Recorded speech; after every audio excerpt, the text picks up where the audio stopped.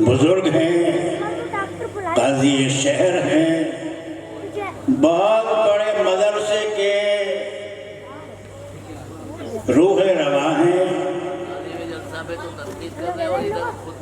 मौला नहीं हजरत, मैं वो बातें बता रहा हूँ जो हैं। बस यही मैं चाहता था। मौलाना सालिम अशरफ साहब भी यहाँ पर तशरीफ फरमा है।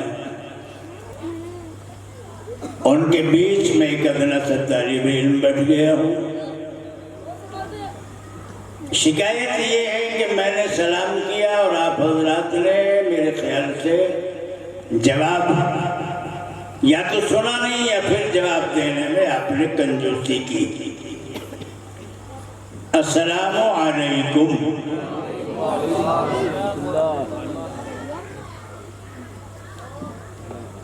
यहाँ पर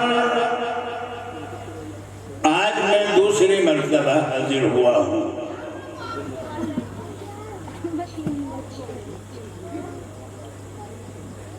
अल्लाह से दुआ कीजिए कि मुझे अल्लाह सही कहने की और आप सबको सही सुनने की और उस पर हम सबको अमल करने की तौफीक अता फरमाए। नहमदुहु व नुसल्ली अला रसूलिहिल करीम। अम्मा बाद, अऊज़ु बिल्लाहि मिनश शैतानिर रजीम। बिस्मिल्लाहिर रहमानिर रहीम।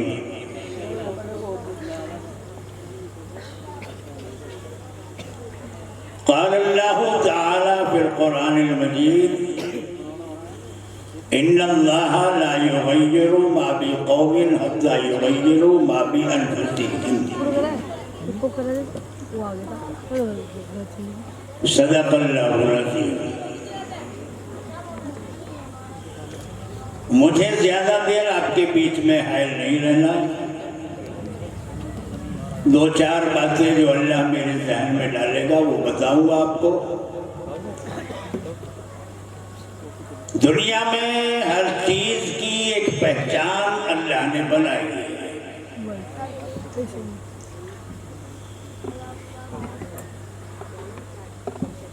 अगर कोई शख्स सफेद कोट पहनकर आपको नजर आए, गले में स्टेथोस्कोप डाल ले, तो आप देखकर समझ जाएंगे कि डॉक्टर है। और अगर काला कोट पहनकर एक छोटी सी टाई गले के अंदर उसके हो, तो आप ये समझ जाएंगे कि ये एडवोकेट है, वकील है। कुर्ता पजामा पहने हुए हो, टोपी लगाए हुए हो, मौलवियाना लिबास हो, तो आप समझ जाएंगे कि ये कोई पढ़ा लिखा आलिम हो सकता है। नीचा सा कुर्ता पहने हुए हो और क्रिश्चियन का उसके गले में वो लॉकेट पड़ा हुआ हो, तो आप समझ जाएंगे कि कोई ईसाई है। कर रहा था कि भाई आपने कितना काम किया कि जी जब आप आए थे तो एक कमरा था, इस वक्त 2 कमरे बना दिए गए हैं। तफसीली गुफ्तगू नहीं हुई। इसी छोटे से मदरसे में आपके यहाँ 5 मुदर्रिस हैं, 5 मुदर्रिस हैं, 6 आदमियों का स्टाफ है, खाना बनाने वाले भी हैं। गोया के लगभग 70-75 हजार रुपए महीना तो आपका खर्च पक्का है।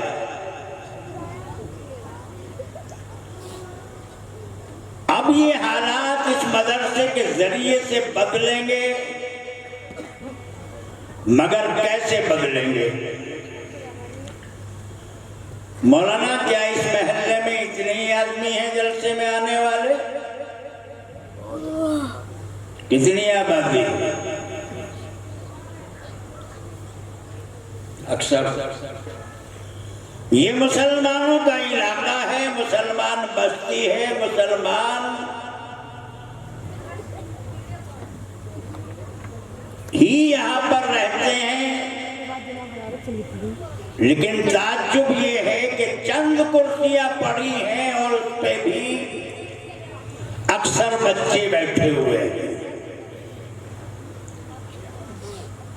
और उनमें से भी बाज नंगे सर बैठे हुए हैं। मेरे ख्याल से ये मदरसे के बिल्कुल करीबी लोग होंगे।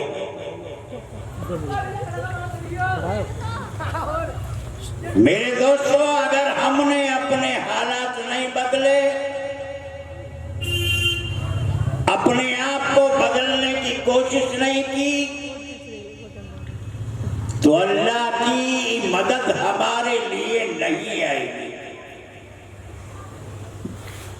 आज के इन हालात में जो चल रहे हैं, इन हालात में हमें अपने आप को बहुत जल्द बदल लेना चाहिए। क्यों? इसलिए कि जो गैर चाहते हैं हम उनके सांचे पर, उनके तोलने पर बराबर निकलते जा रहे हैं।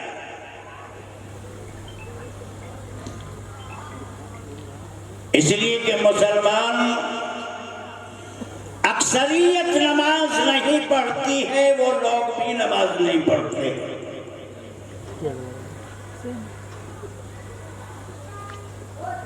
50 साल की उम्र हो गई, लेकिन जो बचपन में गाली देने की, गाली गलौज करने की आदत पड़ गई, वो छूटने को तैयार नहीं। आपस में लड़ाई झगड़े मक्कारी हम लोगों का सेवा बन गया है। तालीम न दुनियावी हमारे पास है, न दीन की तालीम हमारे पास है।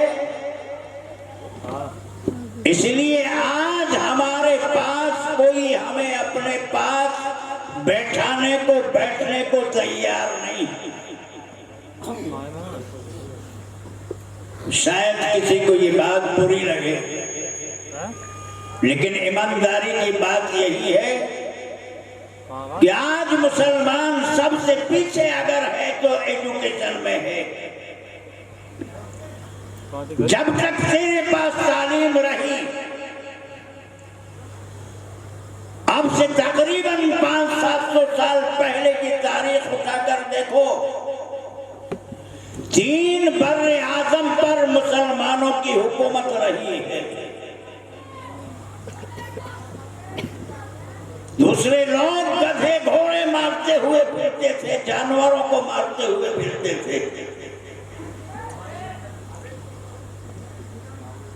जब से तुम तालीम में पीछे हो गए लोगों ने हमें धुतकारना शुरू कर दिया। हमारा जवान आज इस पोजीशन में लगा हुआ है। हमारी माँ बहनें भी यहाँ पर मौजूद है, मैं देख रहा हूँ। ये माई ये क्या है, क्या कहते हैं इसको, ये लगा रखा है। अब की शायद अब की बार इजाफा आई है। सबका आलम ये है कि एक मोबाइल लिए हुए हैं, और मोबाइल के ऊपर वो क्या देखते हैं क्या नहीं देखते किसी को कोई मालूम नहीं। बाप की ये हिम्मत नहीं कि अपने बेटे के मोबाइल को चेक करे। बाप की ये हिम्मत नहीं कि हमारी बेटी जो स्कूल जा रही है उसके मोबाइल को चेक करे, उसके गैलरी को चेक करे, उसके फेसबुक को तलाश करे कि ये देखती क्या है।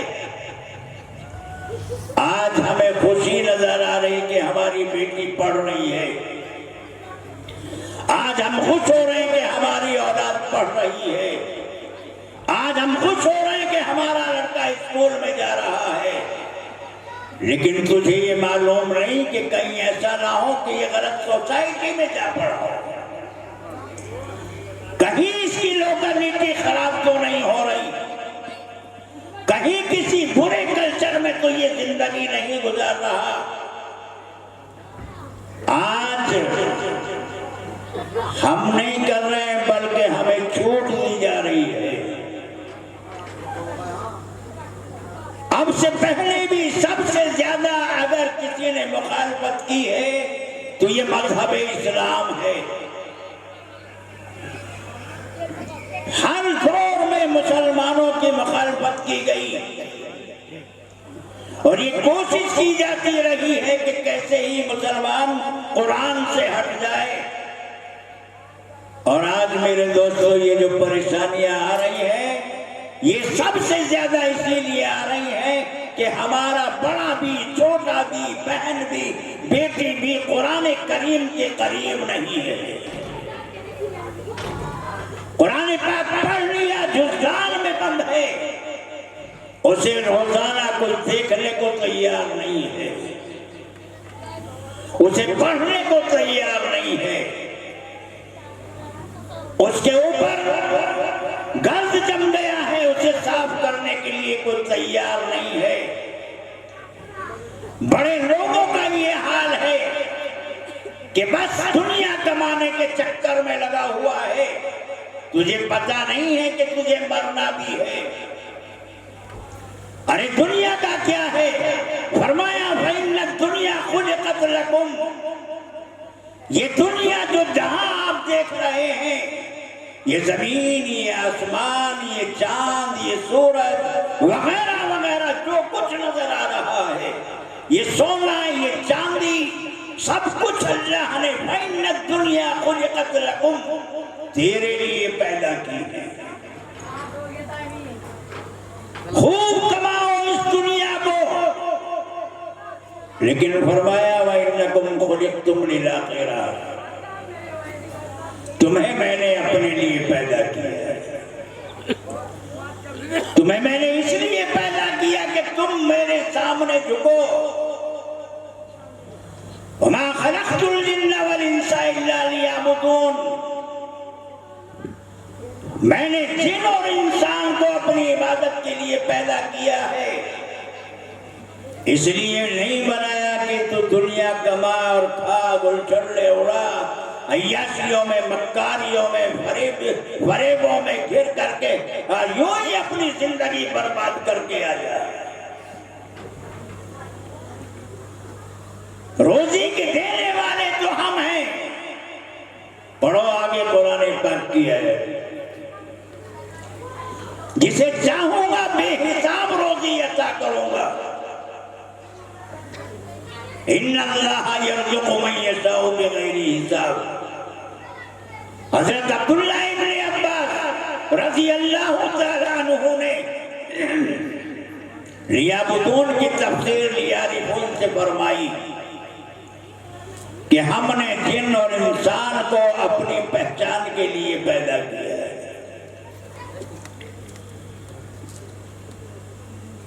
पहचान के लिए पैदा किया है, इसलिए कि कुन्तु कंज़न मख़फ़ियन फ़अहबब्ता अन उअरफ़ फ़ख़लक़तुल ख़लक़, मैंने चाहा कि पहचाना जाऊं, मैं छुपा हुआ खजाना था, बस मैंने खलकत को पैदा कर दिया।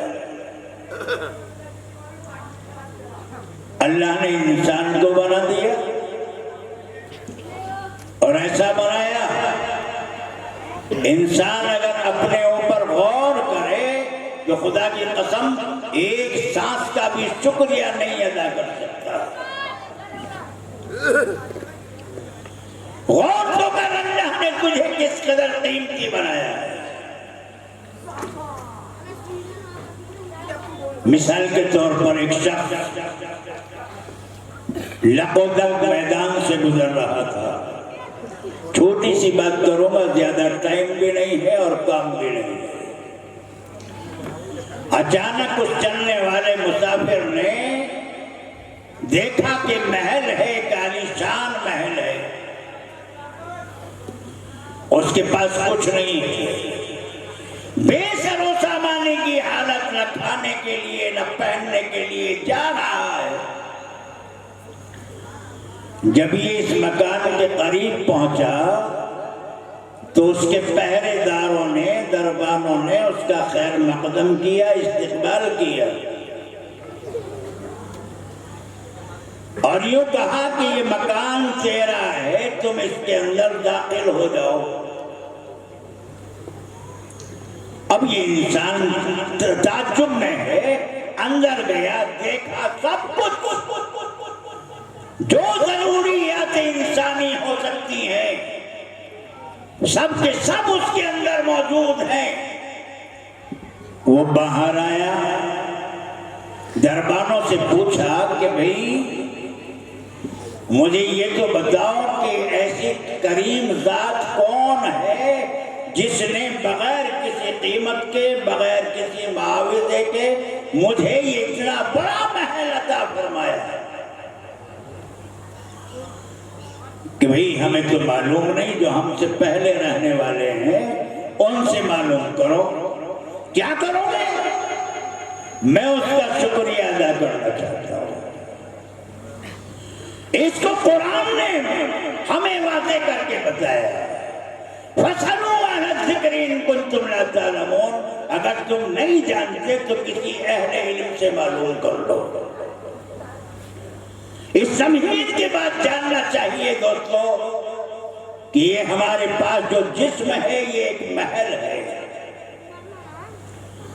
इसके अंदर अल्लाह तबारक व तआला ने इतनी नेमतें भर दी हैं, इतनी नेमतें भर दी हैं, अगर इंसान चाहे। हज़रत मौलाना आरिफ रूमी रहमतुल्लाह ने लिखते हैं, ऐ खुदा एहसान तू अंदर तुम्हार मीनतानम बाजुबाने 100,000। ये हाथ हमारे, ईमानदारी से बोलो, इसमें उठाने की ताकत किसने रखी है? ये हमारी जबान बराबर बोलने की कुव्वत किसने रखी है? ये हमारे पैर जिनमें चलने की ताकत किसने रखी है? उससे मालूम करो जिसके पास ये पैर नहीं है, उससे मालूम करो जिसके पास ये हाथ नहीं है, उससे मालूम करो जिसके पास आंखें नहीं हैं, सूरदास बिल्कुल अंधा निमट बैठा हुआ है। खुदा की कसम कभी सोचा कि अगर ये भी देखा होगा कि बाज़ आदमी की आंखें इतनी खूबसूरत होती हैं लेकिन अल्लाह ने उन आंखों में रोशनी नहीं दी। फरमाया रूमी रहमतुल्लाह अलैह ने, ऐ खुदा एहसान तू अंदर शुमार मीनतानम बाजुबाने 100,000। अगर बैक वक्त इंसान को 100,000 ज़बानें मिले और एक सांस का शुक्रिया अदा करना चाहे तो खुदा की कसम एक सांस का शुक्रिया अदा नहीं कर सकता। मेरे दोस्तों बुजुर्गों, अल्लाह ने हमें अभी वक्त दिया है, हम अपने हालात को बदलें और ऐसे बन जाएं जैसे उसने फरमाया। क्या करेंगे आप? नबी का उम्मती चेहरे पे दाढ़ी नहीं, रात दिन गुनाह तेरे नामाए अमाल में लिखा जा रहा है, नमाज छोड़ बैठा है। हदीसों के अंदर आपने सुना होगा, एक वक्त की नमाज छोड़ने पर लाखों करोड़ों साल के बराबर के वक्त तक जहन्नुम में जलना पड़ेगा। मेरे दोस्तों, ईमानदारी से बताओ, क्या कोई है ऐसा ताकतवर, कोई माँ बहन जो जलती हुई मोमबत्ती पर सिर्फ 5 सेकंड अपनी उंगली के इस पोरवे को रोक सके? रोक लेगा? फिर वो आग, जिस आग ने आपको खा रखा है, वो हदीसों में बताया, मफ़हूम आता है, हदीस है कि अगर उस आग से निकाल कर इंसान को दुनिया की आग में डाल दिया जाए तो उसको नींद आ जाए।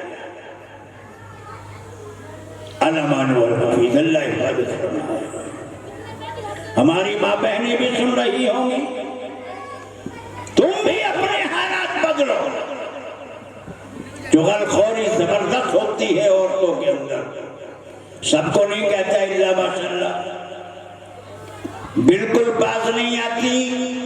किसी ने सवाल किया कि जी बताओ क्या मर्द 1000 एक जगह बैठकर खामोश बैठ सकते हैं, क्या औरत भी बैठ सकती है कि नहीं? 2 औरत अगर एक जगह हो गई तो चुप नहीं बैठेगी। तेरा दुपट्टा कहाँ से आया, तेरा ये जूता कहाँ से आया, और फलानी यूं। चुगलखोरों का ठिकाना बढ़िया नहीं है। माँ बहनों, लड़ाइयाँ मत किया करो, अपने शौहरों से लड़ा मत करो। अगर तुम इनसे लड़ती रहोगी तो जिंदगी बर्बाद हो जाएगी, आखिरत भी खराब और जिंदगी भी खराब। टाइम कहने का नहीं है। मेरे दोस्तों बुजुर्गों, ये जो बच्चे हैं ना, जिन्हें हम बच्चे समझ रहे हैं, लोगों का जहन नहीं मालूम है आपको। हाल ये है कि जहां से गंदगी शुरू हो जाती है उसे समझ लेते हैं कि ये मुसलमानों का इलाका शुरू हो गया है। अगर बच्चा पतंग उड़ा रहा है, गुल्ली डंडा खेल रहा है, बप्सी खेल रहा है, बिल्कुल 100% ये पता चल जाएगा कि ये मुसलमान का बच्चा है। क्यों भैया मुसलमानों, इनका क्या बनाना चाहते हो? दौर आने वाला है, बगैर पढ़े लिखे बच्चे को खुदा की कसम झाड़ू लगाने की जगह भी नहीं मिल पाएगी। एजुकेशन चाहिए, पढ़ा लिखा होना चाहिए। हमें मदरसे वालों को भी चाहिए कि हमें इन बच्चों को कुरान हिफ्ज़ के साथ साथ ये तालीम जिसे हम असली कहते हैं, ये जब बात किया अंग्रेजों ने, ये दीनी तालीम, ये असली तालीम नहीं, तालीम है, इसमें भी इन बच्चों को देखा नहीं आपने? बहुत सारे लोग पढ़े लिख के बैंक में जाएंगे, माफ करना हम जैसे भैया खाता खोलना जरा इसे फार्म को भर देना। अच्छे लोगों को यानी चेक भरना नहीं आता, उर्दू में चलता नहीं, वो लोग कबूल नहीं करते। आंखें खोलो, कहां रहते हो?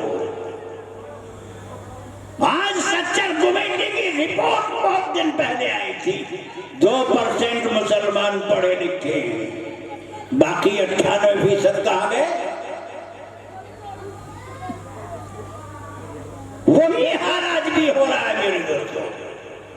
अल्लाह तबारक व तआला ने अगर ये एहसान हम पे किया है कि हमारे हाथ पैर सलामत हैं, हमें बोलने की ताकत उसने दी है, हमें जमीन बिछा के दी है, हमें आसमान सजा के दिया है, ईमानदारी से बताओ, अगर हमें ऐसे यूं कहे वो कि भाई तुम मेरे नाम पे खर्च करो तो क्या तैयार रहना चाहिए कि नहीं? बोलो, हाथ उठा के बताओ। मुझे दिखाई नहीं दे रहा, होना चाहिए कि नहीं होना चाहिए? आप भी तैयार हैं? इस मदरसे के लिए मैं ज्यादा वक्त नहीं लेना चाहता। सबसे पहले बताओ, 5100 रुपए कौन देगा किसी में मदरसे में दे रहा है? 51।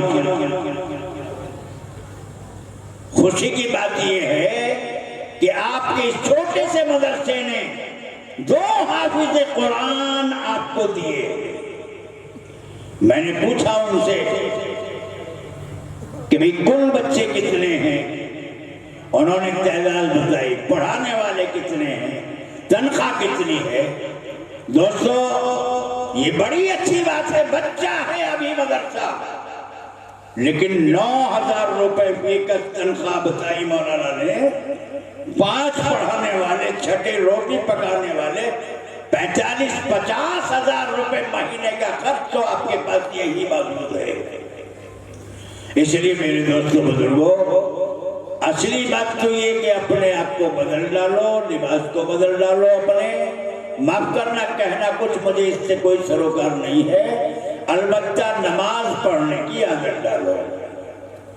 अभी कल शब बारात है, इन बच्चों को पटाखों के लिए पैसे ना दें, इन बच्चों को सड़कों पे खेलने के लिए ना निकलने दें। बहरहाल ये दूसरा मौजू हो जाएगा। मुझे तो कहना ये है कि दोस्तों कुरान के करीब आ जाओ, वरना अल्लाह ने फरमा रखा है कि जब तुम जुल्म पर उतर आओगे तो मैं तुम्हारे ऊपर जालिमों को मुसल्लत कर दूंगा। खूब गिन चुन के लगा लो। आज कदम कदम पे तुम्हारे सर पे जालिम नंगी तलवार लिए खड़े हैं। उससे अगर बचना है तो अल्लाह के हुजूर आ जाओ, उससे दुआ करो।